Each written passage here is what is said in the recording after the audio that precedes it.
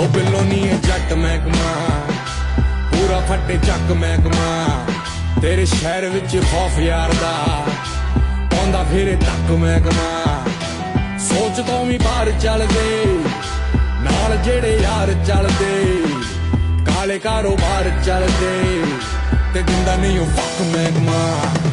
ਉਹ ਬਿੱਲੋ ਨੀ ਇਹ ਜੱਟ ਮਹਿਕਮਾ ਪੂਰਾ ਫੱਟੇ ਚੱਕ ਮਹਿਕਮਾ